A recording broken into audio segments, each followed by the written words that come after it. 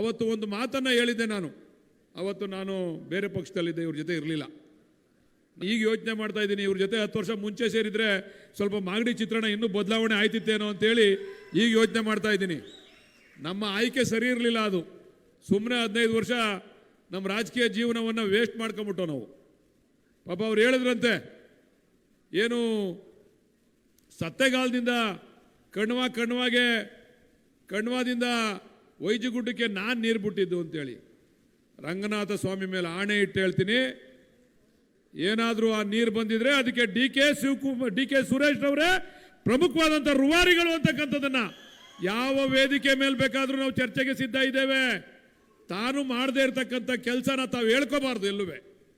D K Shivakumar ಅವರು ಅವತ್ತು ನೀರಾವರಿ ಸಚಿವರಾಗಿದ್ದರು ಸಮ್ಮಿಶ್ರ ಸರ್ಕಾರದಲ್ಲಿ.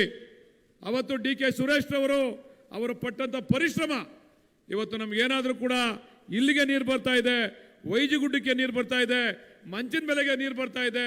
ಅದರಿಂದ ಬಹು ಗ್ರಾಮಗಳ ಕುಡಿಯೋ ನೀರು ಯೋಜನೆಗೆ ಚಾಲನೆ ಸಿಕ್ಕಿದೆ ಅಂತ ಹೇಳಿದ್ರೆ ಸದಾ ನಮ್ಮ ಹಿಂದೆ ನಿಂತು ಕ್ಷೇತ್ರದ ಅಭಿವೃದ್ಧಿಗೆ ಆಶೀರ್ವಾದ ಮಾಡ್ತಾ ಇರ್ತಕ್ಕಂಥ ಡಿ ಕೆ ಸುರೇಶ್ ಅವ್ರನ್ನ ಈ ಕ್ಷೇತ್ರ ಯಾವತ್ತೂ ಕೂಡ ಮರಿಬಾರದು ಅಂತಕ್ಕಂಥದ್ದನ್ನ ನಾನು ಈ ಸಂದರ್ಭದಲ್ಲಿ ಹೇಳಲಿಕ್ಕೆ ಇಚ್ಛೆ ಪಡ್ತೇನೆ. ಇವತ್ತು ಇದೊಂದೇ ಅಲ್ಲ, ಅದು ಶ್ರೀರಂಗ ಒಂದ್ ಕಡೆ ಪಾಪ ಎಲ್ಲರೂ ಆಡ್ಕೊಂತಿದ್ರು ನೀರು ಬರ್ತದ ಅಂತೇಳಿ. ಪಾಪ ರಂಗನಾಥ್ ಅವರು ಮೊದಲನೇ ನೀರು ಬಿಟ್ಕೊಂಡ್ಬಿಟ್ರು, ಆಗಲೇ ಒಂದು ಉದ್ಘಾಟನೆ ಮಾಡ್ಬಿಟ್ರು. ನಾನು ಹೇಳಿದೆ ಇಲ್ಲ ಮುಂದಿನ ಮಳೆಗಾಲಕ್ಕೆ ನಾವು ಬಿಟ್ಕೊಳ್ಳೋಣ, ಈಗ ರಂಗನಾಥ್ ಅವರೇ ಮಾಡಲಿ ಪೂಜೆನ ಅಂತೇಳಿ ಬಿಟ್ಟಿದ್ದೀವಿ. ಈಗ ಅದಲ್ಲದೆ ಎಕ್ಸ್ಪ್ರೆಸ್ ಕೆನಾಲು ಅದರ ರೂವಾರಿನೂ ಕೂಡ ಸನ್ಮಾನ್ಯ ಡಿ ಕೆ ಶಿವಕುಮಾರ್ ಅವರು, ಡಿ ಕೆ ಸುರೇಶ್ ಅವರು ಅಂತಕ್ಕಂಥದ್ದನ್ನು ನಾನು ಹೇಳಲಿಕ್ಕೆ ಭಾಳ ಹೆಮ್ಮೆಯಿಂದ ಹೇಳಲಿಕ್ಕೆ ಇಚ್ಛೆ ಪಡ್ತೇನೆ. ಆದರೂ ಕೂಡ ಅನೇಕ ಜನ ತುಮಕೂರಿನಲ್ಲಿರ್ತಕ್ಕಂಥ ಶಾಸಕರುಗಳು ಅದನ್ನು ತರಲಿಕ್ಕೆ ವಿರೋಧ ಮಾಡ್ತಾ ಇದ್ದಾರೆ. ಇದನ್ನು ಮನಗೊಂಡಂಥ ಡಿ ಕೆ ಸುರೇಶ್ ರವರು ಇಲ್ಲ, ನಾನು ಕುದೂರ್ಗೆ ಮತ್ತು ತಿಪ್ಸಂದ್ರ ಹೋಬಳಿಗೆ ನೀರನ್ನು ಕೊಡಬೇಕು ಅಂತೇಳಿ ಆಲೋಚನೆ ಮಾಡಿ ಡಿ ಕೆ ಶಿವಕುಮಾರ್ ಅವ್ರ ಮೇಲೆ ಒತ್ತಡ ಹಾಕಿ ಇವತ್ತೇನಾದರೂ ಕೂಡ ಎತ್ತಿನ ಹೊಳೆ ಕಾಮಗಾರಿ ನಡೀತಾ ಇದೆ. ಅದರಿಂದ ಸುಮಾರು 200 ಕೋಟಿ ವೆಚ್ಚದಲ್ಲಿ ಅವೆರಡು ಹೋಬಳಿಗಳ ಕೆರೆಗಳನ್ನು ತುಂಬಲಿಕ್ಕೆ ಅವಕಾಶ ಮಾಡಿಕೊಟ್ಟಂಥವ್ರು ಸನ್ಮಾನ್ಯ ಡಿ ಕೆ ಶಿವಕುಮಾರ್ ಅವರು, ಎಲ್ಲದಕ್ಕಿಂತ ಪ್ರಮುಖವಾಗಿ ಡಿ ಕೆ ಸುರೇಶ್ ಅವರು ಅಂತೇಳಿ ನಾವೆಲ್ಲರೂ ಕೂಡ ಹೆಮ್ಮೆಯಿಂದ ಹೇಳ್ಕೋಬೇಕಾಗ್ತದೆ. ದಯಮಾಡಿ ಒಂದು ದೊಡ್ಡ ಚಪ್ಪಾಳೆಯನ್ನ ಕೊಡಬೇಕು ಡಿ ಕೆ ಬ್ರದರ್ಸ್ಗೆ ಅಂತೇಳಿ ನಾನು ಈ ಸಂದರ್ಭದಲ್ಲಿ ಮನವಿ ಮಾಡ್ತೀನಿ. ಪಾಪ ರಂಗನಾಥ್ ಅವರು ಪಾಪ ಬಹಳಷ್ಟು ಹೋರಾಟ ಮಾಡ್ತಾವ್ರೆ, ಒಳ್ಳೆ ಕೆಲಸನೂ ಮಾಡ್ತಾವ್ರೆ, ನಾವೆಲ್ಲ ನೋಡ್ತಾ ಇದ್ದೀವಿ. ಏನೇ ಆಗಲಿ ಒಂದು ಒಳ್ಳೆ ಕೆಲಸ ಏನು ಮಾಡಿದ್ರು ರಂಗನಾಥ್ ಅಂದ್ರೆ ಅವ್ರ ಅಣ್ತಂದಿರನ್ನ ಒಂದು ಮಾಡಿಬಿಟ್ರು. ಅವ್ರ ಅಣ್ತಂದಿರು ಏನು ಕಿತ್ತಾಡ್ತಿದ್ರಲ್ಲ, ನಿಮ್ಮ ಅಭಿವೃದ್ಧಿ ನೋಡಿ ಒಂದಾಗ್ಬಿಟ್ರಿ ಇಬ್ರುವೆ.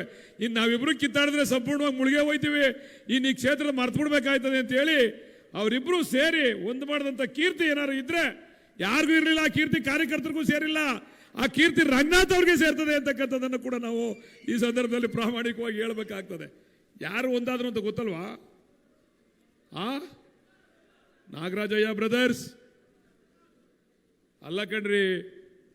ಎಕ್ಸ್ಪ್ರೆಸ್ ಕೆನಾಲ್ಗೆ ಹೋರಾಟ ಮಾಡ್ರಿ ಅಂತಂದ್ರೆ ಅದು ಯಾವುದೋ ಕುದುರೆ ಫಾರಮ್ಗೆ ಹೋರಾಟ ಮಾಡ್ತಾವ್ರೆ. ಕುದುರೆ ಫಾರಂ ಬತ್ತೋದು ಹೋಯ್ತದೋ ಬಿಡ್ರಿ. ಎಕ್ಸ್ಪ್ರೆಸ್ ಕೆನಾಲ್ ಆಗಲಿಲ್ಲ, ಹೇಮಾವತಿ ನೀರು ನಮಗೆ ಸಲ್ಲಿಸಕ್ಕೆ ಬರಲಿಲ್ಲ. ಇದಕ್ಕೆ JDS ನವರು ಬಿಜೆಪಿ ಹೋರಾಟ ಇಲ್ಲ. ನೀವೆಲ್ಲ ಕೇಳಬೇಕು JDS ನವ್ರನ್ನ, ಬಿಜೆಪಿ ಅವ್ರನ್ನ. ಎಕ್ಸ್ಪ್ರೆಸ್ ಕೆನಾಲ್ ಮಾಡ್ಸಕ್ ನಿಮ್ಮ ಕೈಲಿ ಆಗಲ್ವಾ? ಈ ಹೋರಾಟದಲ್ಲಿ ನೀವು ಭಾಗಿಯಾಗಕ್ಕಾಗಲ್ವಾ? ನಮಗೆ ವಿರೋಧ ಮಾಡ್ತಾ ಇದ್ದಂಥವ್ರೆ ಬಿಜೆಪಿ ಅವರು ಮತ್ತೆ JDS ನವರು. ಆ ಎಕ್ಸ್ಪ್ರೆಸ್ ಕೆನಾಲನ್ನ ಏನು ಸನ್ಮಾನ್ಯ ಡಿ ಕೆ ಬ್ರದರ್ಸ್ ಅವರು ಮಾಡಿಕೊಟ್ಟಿದ್ದಾರೆ, 1,000 ಕೋಟಿ ವೆಚ್ಚದಲ್ಲಿ, ಎಲ್ಲೂ ಆತಂಕ ಅಡಚಣೆ ಇಲ್ಲದೆ ನೀರೇನಾದರೂ ಕೂಡ ನಮಗೆ ಕುಡಿಗಳಿಗೆ ಮತ್ತೆ ನಮಗೆ ಬರ್ತದೆ ಅಂತಂದ್ರೆ ಅದು ಎಕ್ಸ್ಪ್ರೆಸ್ ಕೆನಾಲ್ ಕಾಮಗಾರಿ ಆಗಬೇಕು. ಅದಕ್ಕೆ ಅವರ ಒತ್ತಾಯ ಇಲ್ಲ. ಕುದುರೆ ಫಾರಂ ಮಾಡಬೇಡಿ, ರಂಗೋಲೆ ಬಿಡತಕ್ಕೆ ಹೋಗಬೇಡಿ, ಅದೇನೋ ಗಿಫ್ಟ್ ಕೊಡಬೇಡಿ.